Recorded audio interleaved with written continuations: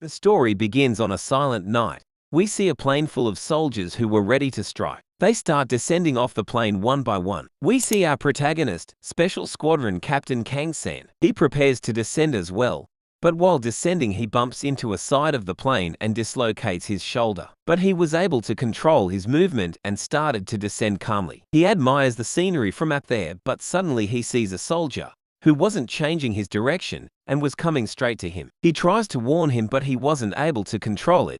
If he were to land like this, he will definitely die. He catches him and tries to save him, but now there are two people with one parachute. He screams at him to watch out for his legs, but he was unconscious. Then suddenly there opens a portal. When the captain wakes up, he finds himself in a strange place. It was very hot also, but their training was in March, so how could it be this hot? Then he notices the guy from earlier that caused him so much trouble. He goes to see if he was still alive and found out that she was a female soldier. She was fast asleep, and he woke her up by flicking at her head. She introduces herself as First Lieutenant Kim Bi-yoon, and she works as an interpreter at the Department of Information. He shows her the forest and asks her if she knows anything about it. As expected, she didn't know either. She asks him if it is possible that they are dead. He scolds her and tells her to stop with that nonsense. Suddenly a big monster comes from his behind and it slashes him. He didn't even get the chance to defend himself against it, and right after that, he goes for the lieutenant. It was about to attack her,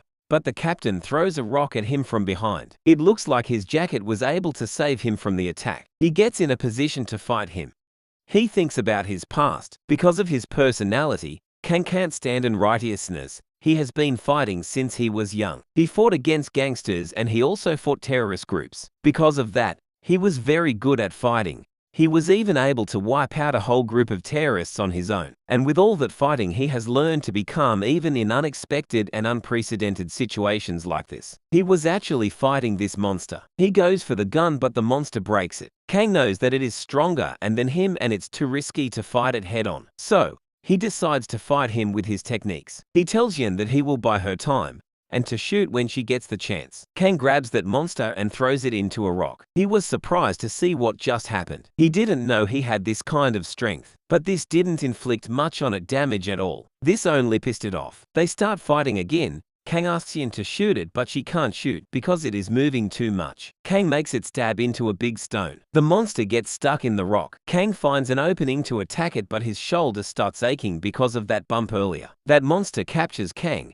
and as it was about to kill him, Yin shoots it down with her gun. They find a rock on which their name was written. They were shocked to see why their name was written there. They find a cave where a big map was. We see two females running away from something. One of them was an elf while the other was a human. But they get caught. They apologize for running away and beg to not kill them, but he kills them anyway. It looks like there are many other people as well who are stuck here, and that man with white hair is watching everyone's movement. He gets excited to see Kang and Yin. They were having their meal and trying to figure out what was going on. They've been walking for 2 days, but they still haven't been able to find any trace of human civilization. Kang asks her if her eyesight is bad, to which she replies it was, but now it's not. Kang also realizes that he has gotten stronger than before. They go to that cave again, and this time they try to look inside, and what they found was terrifying. That place was filled with human remains and bodies. Yin gets a strange message on her phone. The message was, "You have been summoned. This place is called Pian, a place where the boundary between life and death has collapsed. You will be given a sacred mission. You will be given a reward once you complete a mission." The mission details are on the screen. The mobile screen gets bigger and monsters come out of it. It was 1 Argon and 2 Alpines, and it was all this man's doing. He was testing them for some reason. They run towards their base but get attacked by the 2 Alpines on the way. Yin shoots one of them while Kang uses a wooden stick to fight the other one. But then, the Argon also comes there and attacks Kang. One of the Alpines injures Kang badly, but he still stands up to fight the Argon. He kicks it in the face and stabs it with his knife, but it bites him in his shoulder and throws the knife. Kang kicks the knife while it was in the air and stabs its eye and kills it. An image falls out of his pocket and he starts thinking about an incident in the past where he and his team were on a mission and they got ambushed by the enemy forces. There was chaos everywhere. Kang got hurt and gets unconscious, and when he wakes up he sees his friend in terrible condition. He says Kang to live, and that's why Kang is so determined to live. The Argon wasn't dead yet. It attacks Kang, but Yin comes in the way to save his life. The poison started reacting with his body and his eyes started glowing. He slams the monster against the wall and slices him into pieces. That man was enjoying all this. The poison started affecting Kang's body and he wasn't able to breathe. Right then a being comes there. It wasn't like the rest of the monsters. It uses its power to heal its wounds. Yin wakes up, and Kang tells her what happened after she got unconscious, how that being treated them, and also fixed their guns as well, indicating there is more fight to come. Yin starts crying and asks Kang if will they be able to get out of there. Kang reassures her by showing her the traps that he led when she was asleep. He tells her they will definitely get out of there. Yin notices that the food she had left earlier was gone, also a feather. We see it was a man with wings that ate their food. We see that man again, who was craving a drink called nectar. His name is Noel and he was banned from drinking nectar because he broke the rules by interfering with the test subjects. And there was also this girl named Nil. She says him to complete the mission and don't interfere with the test subjects physically, otherwise Master will be angry. He releases the monsters and this time there was also a special kind of monster as well. Yin was on the watch. She starts thinking about her past and her parents. Kang also comes there. He asks her what she thinks of this mission, to which she replies that maybe the reward that we'll get after completing the mission is the key. Kang again reassures her that we'll survive somehow. Right then they hear that those monsters are coming, but this time they were ready for them. They get in position and watch them while they get inside the trap. Kang cuts a rope and manages to kill one of them while Ian also starts shooting at them. One monster was about to attack Kang, but it also falls into one of the traps and Kang kills it with his knife. He feels much lighter and stronger now. One of the monsters attacks Ian, but Kang saves her. But then comes that special kind of monster from Ian's behind. That thing tells them to run away. He can't control his body. It was going to attack Ian, but then comes that bird man and stabs that monster with his feather, saving Ian's life. That bird man was confused. Why did Null send this monster here? Kang asks him who Null is. He gets angry, but he notices that Kang's eyes were glowing and says that he is an awakened. That monster attacks Yin and she faints. Then it attacks Kang, and he gets blown away just by its wind pressure. The bird man saves him from the monster's next attack. Kang asks why is he helping them, to which he replies that he is a herald and it's his duty to remove outside elements from the mission, and also says that he hasn't eaten anything like that before. He was talking about the meal from earlier. The bird man and the monster start fighting, but the monster was overpowering him and eventually it stabs him. But this time, Kang saves him from the monster by cutting his hand. He grabs the sword while its hand was still intact and attacks it with all his might and slices the monster into two parts. Then we see the guy who was pulling their string. It was their master that they were talking about. When that monster dies, a book drops off its hand. It starts glowing. Kang's hand muscles start tearing apart. It was because of the attack he used earlier. His body wasn't ready for such an attack. The Birdman also starts coughing blood. He tells Kang that the monster was covered in multidimensional energy, and it's extremely hard to cut through that. And seeing him, he also doesn't know how to control his awakened power. That's why his muscles are badly twisted. They start arguing about who should get the treatment first. Kang tells him that this pain is nothing compared to his training. But eventually, Kang's situation gets worse and he also starts coughing blood. The Birdman gives him some nectar and says he'll be fully healed by tomorrow. Suddenly his eyes start glowing and he flies from there saying, "We'll meet again soon." Now, we see that the master has summoned all his disciples for a meeting regarding the recent incident that was caused by Noel. There were more people like Noel in the meeting. Yin tries to understand the book, but she wasn't able to read it because it was written in an unknown language. Yin goes to wake Kang up, but he was already up and training. He was furious because he can't use his powers on his will. Yin tells him that he was in bed for a whole day. She asked him if it was really safe to train in his condition. Kang tells Yin that if he doesn't learn how to use his power,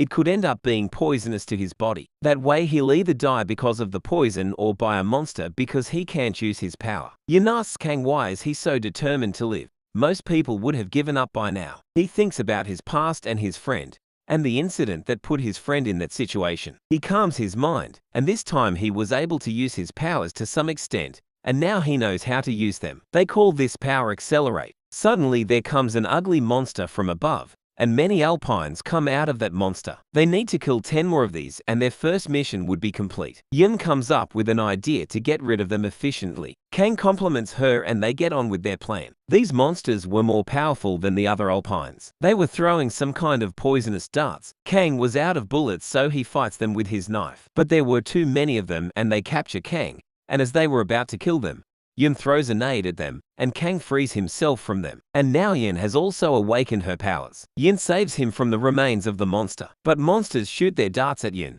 Kang comes in the way to rescue her, but he gets poisoned himself. They run, but his vision starts to get blurry. They reach their base, where Kang collapses because of the poison. Yin tries to get rid of the poison and starts crying. The monsters even find them there, and now she has no choice but to fight them by herself. Kang sees her fighting and tries to get up but fails. Yin was losing. She desperately asks him to get up, and this time he awakened his power. His blood shells start fighting the poison, and finally, he gets up. Yin was severely injured, and as the monsters were about to kill her, Kang uses his power, and somehow the time stops. He saves Yin by killing those monsters without them getting a chance to even react. Yin sees that suddenly all the monsters were killed and sees Kang, who collapses with his injuries, saying he needs to rest for a bit.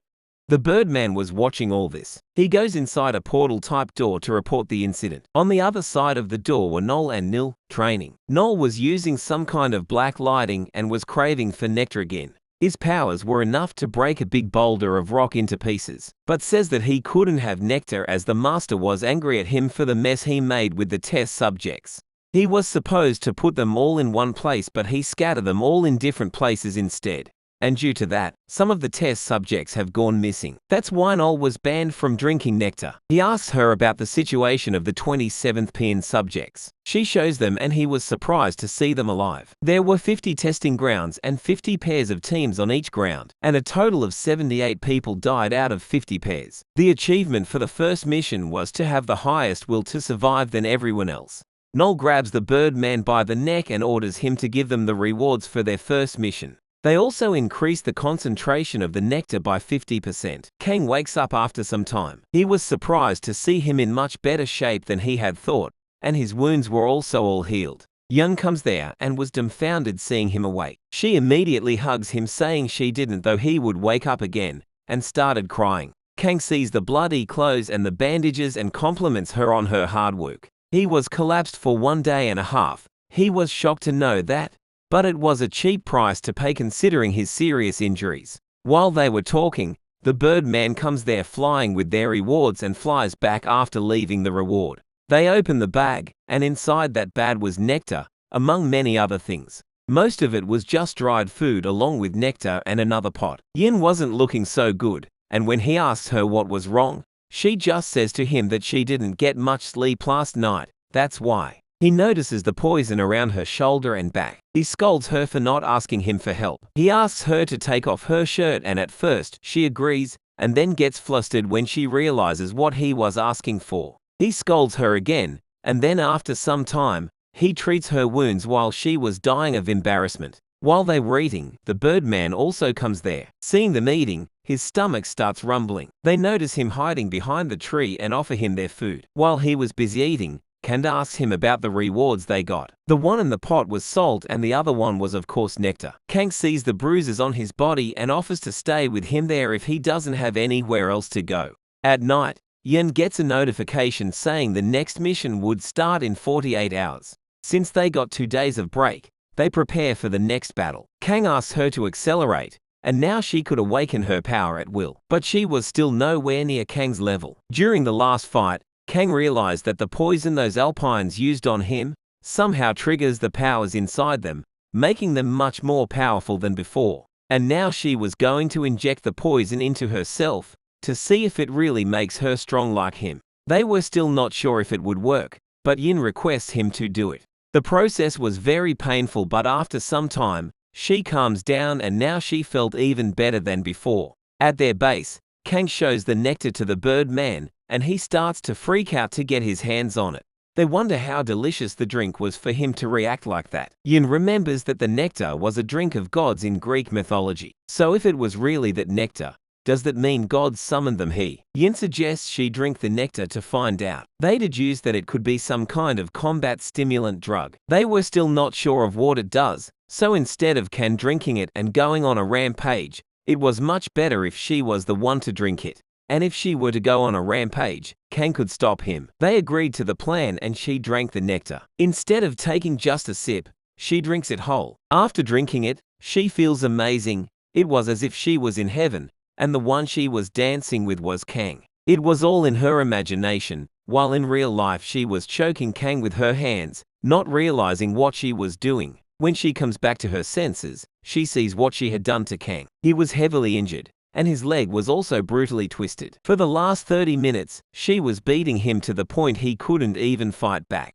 She was devastated thinking she did all that. The bird man comes there and told them to put the nectar on the injured places, calling them idiots. When they pour the nectar onto the broken leg and other injured places on his body, in just mere few seconds, all his injuries were gone and it was as good as before. And that's how they see the effects of the nectar for the first time. How useful and dangerous it was at the same time. This was the reason why everyone was so addicted to the drink. The next day, a monster attacks them at their base, indicating the next mission had started now. Monsters now were much stronger than before. The difficulty of the mission they were giving them gradually increased the more they complete them. But even though the monsters were strong now, the two had also become much stronger than before due to the drink nectar. The two managed to defeat the monster by combining their strength. It had already been 1 month since they came to this place. Even though they managed to get stronger in such a small period of time, they still haven't figured out about this place.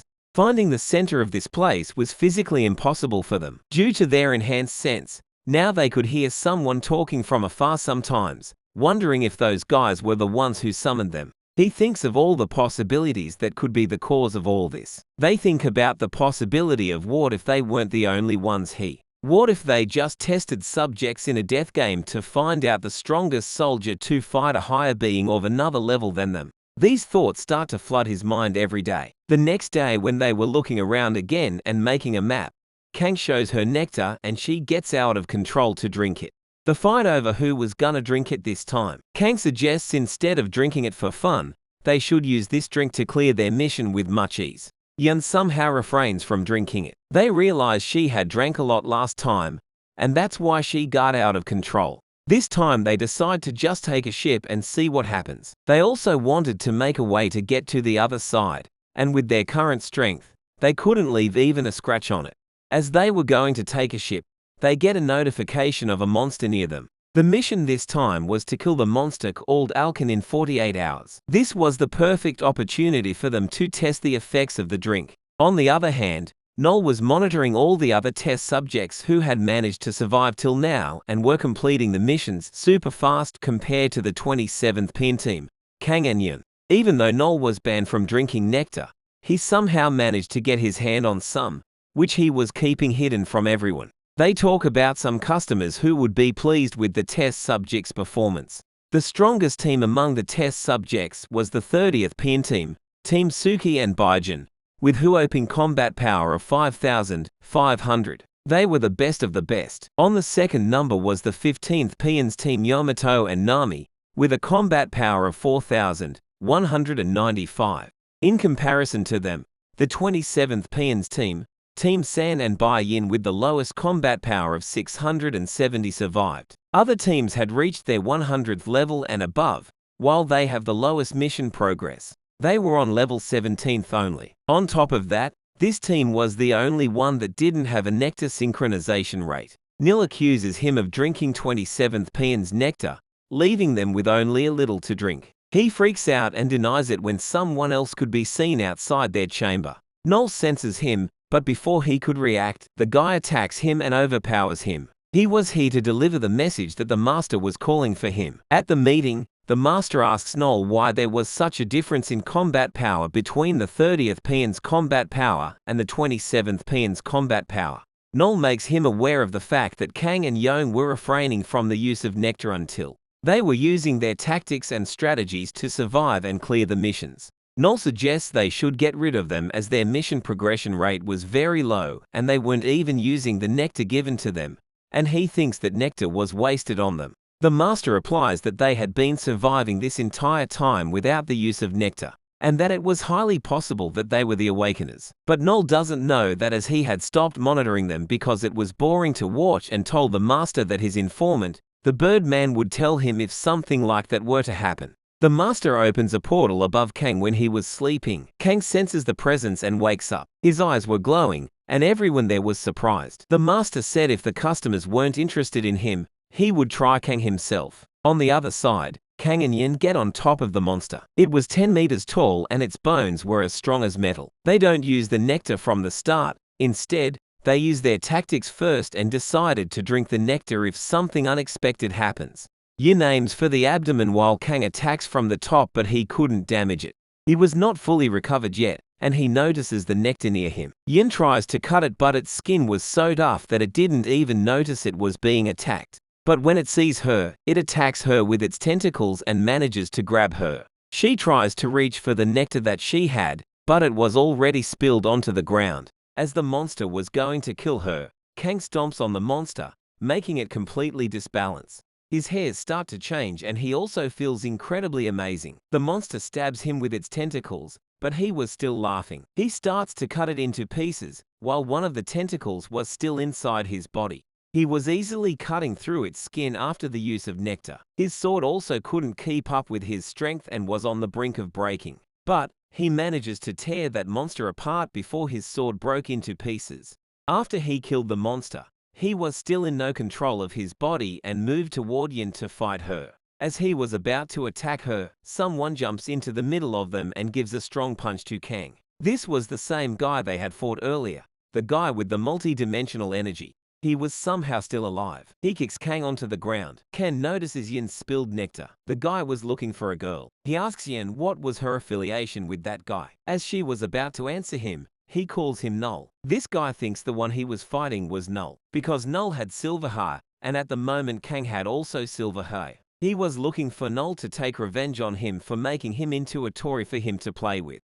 She told him that he was not Null, but he doesn't believe her, saying he had silver hair and only Null could have that kind of combat ability. The girl he was looking for was called Maria, and he mentioned something called Overseer. When she asks him what an Overseer was, he told him that these guys select humans with exceptional combat abilities and bring them here from space, and the one who survives till the last would be given to the customers, and the one monitoring them was called Overseer. In their case it was Null. While they were talking, Kang gets up and drinks the remaining nectar from the ground. When they were distracted by their conversation, Kang attacks the guy from behind. Even though Yin warned him beforehand, he couldn't dodge Kang's attack. Kang was totally out of control now. The guy grabs Kang's foot and told Yin to get away from there. But before she could run, Kang stomps on him and breaks him into two. And as he was about to finish him completely, Yin comes in the way and stops the knife with her hands while suppressing her pain. She requests him to stop now. Seeing her in that situation, he backs down and starts fighting himself to take control of his own body. While he was trying to take control, a ring appears on the back of his head. The ring was the same as the master had on him. When he finally manages to get in control again, he passes out. While he was out, he sees many doors inside his mind. These were doors of his memories. He sees one of his memories of when he was on the battlefield. His friend had stepped on a mine to protect Kang, the commander of the team, saying the commander was more important to lead the team. Kang and his friend alone had taken care of all the rebels in that area. In return, he requests Kang to take care of his little sister if something were to happen to him. While they were talking, more rebels come there, and his friend forces him to go. He sacrifices himself to save Kang from those rebels, taking all of them in the process. Now in his own mind, he hears someone saying he was weak. It was a person the same as when he was under the effect of the nectar. He was another ego formed due to nectar. He told Kang that his priorities like taking care of the last member of his friend's family were meaningless. He had the potential to achieve anything if he wanted. He asks Kang to give his body to him, saying a body with great potential like his was not common. In return, he would protect whatever he deemed precious, Yin and his friend's little sister. He would protect them both. But Kang told him to piss off, as no matter how hard things get, he never gives up. Kang was ready to attack him, and the ring appears on the back of the other ego's head again. He says he would wait until he gives up his body to him. After that, Kang wakes up. He sees the nectar and sees the demon that lurks inside that drink. On the other hand, Null was beating Hawk, the Birdman, for the information on pin 27. He orders him to tell him all about them if they were the Awakeners. The guy with one eye was still alive, even after being broken into two different parts. He told them that they had to cut down the bamboo forest if they want to move ahead with their plan. Kang asks him if he was sure that something was past that forest, but even that guy doesn't know.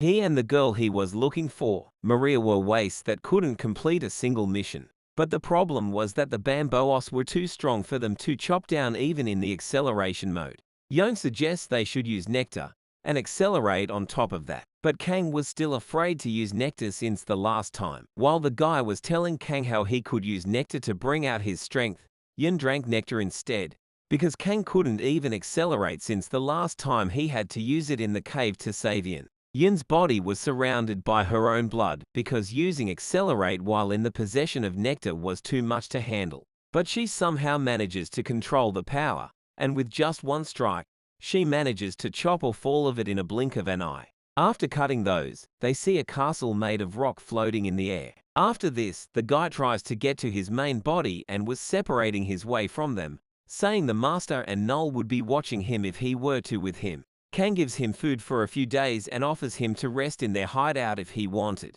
And after that, they move towards the floating rock. The path was slippery and Yin slips on the way, but she manages to take control of her situation. Kang scolds her for not paying attention. Suddenly, monsters started to appear. Yin uses her accelerate power, while Kang uses guns as he still can't use acceleration. After fighting them for some time, one of the monsters was coming straight toward Yin, but she was not in a position to dodge him. But the monster doesn't attack him. It seems like they weren't attacking him, instead, they were running from something. They get surrounded by a huge dark tentacles-looking monster, and it attacks Kang and takes him inside a cave. When Kang wakes up, he finds himself in a strange place, surrounded by monsters, skeletons, and an acid river. He sees Hawk there as well, who was unconscious, and the one behind all this was none other than Null. Null brings him down and asks him how he managed to get past the forest. Hawk had told him that Kang might have awakened his powers, so Null tries to test it. Null threatens him to answer him if he would kill him, or better, he would kill Yin. Kang looks at him fiercely and threatens to destroy and kill him with his own two hands for doing all this to them. Null says that with the authority of the administrator, he to dispose of Kang. As he was about to kill him, Yin attacks him, which he blocks with his shield. She was using nectar to fight him, but he throws her onto the side of the wall, making her unable to walk. Kang tries to help her and attacks Null, but Null breaks his wrist brutally. Kang screams in pain, and Null calls him pathetic for being so weak. He was going to stab Kang with his black lighting, but Yin attacks him again. She had drank the second bottle of nectar as well. Seeing them in such a pathetic state, Null concludes that they were not the Awakeners. She tries to attack Null, but Null attacks her in the mid-air and stabs her with his powers. Kang was completely stunned by what he was witnessing. She starts coughing blood and he throws her on the ground. Null opens up the portal, and while going inside he told them all they had to do was to just listen to him and keep doing what they were doing. He suggests they stay down and not forget their place. Null gets back to the control room. Nil asks him if they were really the Awakeners, to which he replies that they were not. But seeing their combat power increase in such a small amount of time, they were still not completely sure. We see that their combat power had increased to a whopping number of 7,800, even more than the strongest 30th Peons team. They think it was because of the increased concentration of the nectar that they had become this strong in such a small amount of time. Even though things were irregular at some time, Null had already predicted even this scenario. But he doesn't understand why the master cherished them so much. And from now on he was going to increase the frequency of the mission for everyone. Their situation was severe. Kang uses the remaining nectar to heal their injuries. After some time, when they were all healed up, they were on the training ground. Kang wanted to test something about his acceleration power, which he was not able to use for all this time. He told her to use her full power. The match begins. Kang attacks her, but she keeps dodging his attacks easily. And when she gets an opening, she attacks his legs and slams him onto the ground. Kang sees Null in her and gets angry. His body starts to react to his powers. He grabs her by hand and throws her away just like that. And before she could get up, he attacks her again, but doesn't hit her. Finally, he found a method to accelerate. The trick was a definite rage towards an objective instead of being earnest about survival. He could activate accelerate through extreme emotional changes such as happiness or sadness. And depending on the degree of emotional change, one could achieve a higher level of accelerate. Now they only had one bottle of nectar left. They get another mission in such a short period of time. The mission was to kill the monster Sentil. It was the 25th mission, and the mission time was 150 hours. A monster comes there who wasn't looking much strong, and they think that they wouldn't even have to use nectar to defeat it, when suddenly something else killed that monster. This was the real Sentil they had to fight to complete the 25th mission. They drink the remaining nectar, and this time they were ready. In the control room, Null was monitoring them while eating an apple. We see that it already had been a month since they came to this place, and currently, they were on level 75. Null was wondering why these guys were so daft that they reached level 75 in a short period of time. And we see how Kang was brutally killing all those monsters. He had already killed many Sentils, and now it was time for the king of the Sentils, Sin Light. Kang was severely injured from all the fights and still was going up against the main boss. He gets attacked by Sin Light, but before he could fall onto the ground, Yin saves him and attacks that monster. She manages to stab him in the head, but this still wasn't enough to kill the monster. The monster throws her back. Kang attacks the same place where she had attacked it, and this time they manage to defeat the king of the Sentils with their team. They congratulate each other for completing one more mission. Being here for all this time, Kang's physical abilities went up and beyond what was logically capable. His understanding of the power called Accelerate had also increased. Once his emotions fluctuated beyond the norm, and a higher stage of Accelerate becomes available, the second stage of Accelerate. The first stage increases his current strength and speed fourfold. The second stage had activated in a near-death situation. In this state, the strength and speed increases over 4 times from the first stage.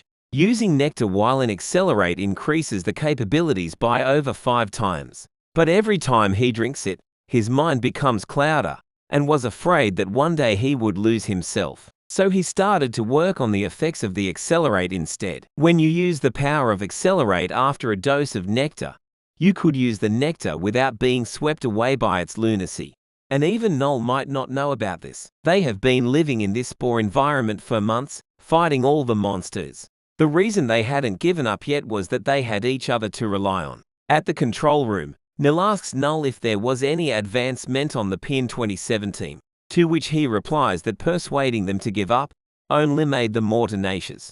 Nil puts her virtual hand on Kang, wishing him luck for the next mission. And on the other hand, Yin and Kang were near the castle now. The other overseer was trying to find the missing subjects but couldn't find them even after rewinding the timeline. He confronts Null about this, but he just mocks and insults him. The guy shows what he found while roaming the field. He shows him the ring that had appeared on Kang's head, the same ring that the master had on his head. He mocks Null for not noticing it and insults him, saying he can't do anything without using Nectar. Null gets angry and grabs him with his black magic, and as he was about to fight, the girl there comes closer to Null and teleports him to the master, who was talking to him through an unknown being. The master confronts him if the 27th PN was getting their share of Nectar, because the difference in degree change was much less when compared to other PN teams. While the other had a degree of change of 80%, they only had a degree of change of 10%. Null lies to him, saying it was because they weren't using Nectar given to them as often. The master threatens him to know his place as a manager. We see a bunch of dead bodies, probably the failed subjects, and the master was the one responsible for their situation. His eyes were the same as Kang's eyes when he was first awakened. In the forest, another PN team was fighting those monsters. This was the third strongest duo in the test. After they get rid of the monsters, Null comes there. The guy stops Null because it was the first time he was seeing a human face after 6 months of living in this hell. Null glares at him, and with just his aura alone, the guy was on the ground. And Null also attacks the girl that was with him. He was the manager, so he couldn't interfere with the test subjects. So he uses them as weapons to kill the 27th PN team. And to do that, Null was going to make them much stronger first. Around 2 months earlier, Kang and Yin were doing an experiment. They mixed the salt given to them in the nectar and focus. The nectar maximizes your body's capabilities, and if you use salt in the nectar, the mind becomes clear as day. You can almost see and hear anything, and with this method, they were eavesdropping on the managers. In this state, they could also converse with each other without talking. Nil asks Null if Kang would be able to survive till the destined day. Null smirks and we see what he had done to the other team. Kang and Yin didn't know what a destined day was. While they were focusing, Hawk was watching them while hiding, but they discover him eavesdropping and catch him before he could run away again. Kang asks him about the destination day, but he says that he couldn't tell him about that. Kang insults him, saying that he would also die like those monsters without knowing anything, and as he starts leaving, Hawk talks to them using telepathy and told them that every year, the battle that everyone was summoned to Pian has to fight. The summon who completed the mission for a year and survived fight each other to establish their superiority. The ones who survive there are then handed over to the customers. They thank him for helping them and were leaving when Hawk asks them why they don't hate him, as he was the one who told Null that Kang was the Awakener. It's because they know that he was in the same situation as those guys and was only following orders from above.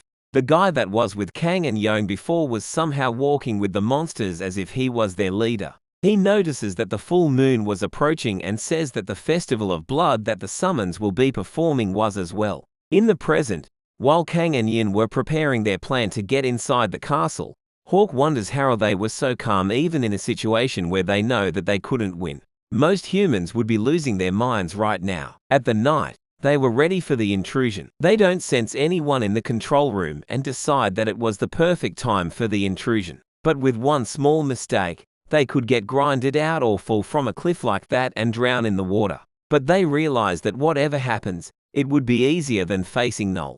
They proceed with their plan and jump into the stone storm. They get injured on they because it was much faster than they had imagined. Kang suggests she doesn't resist the wind, but instead use it to lift them to the castle. And that's how they manage to get past that stone storm, only to find out Nil waiting for them. Suddenly, the power of the nectar starts getting out of control. His other ego was waiting for this moment for months. Kang's head turns white and eyes black, the same as Nil's eyes. And the ring appeared on the back of his head as well, meaning the other ego was in control of his body now.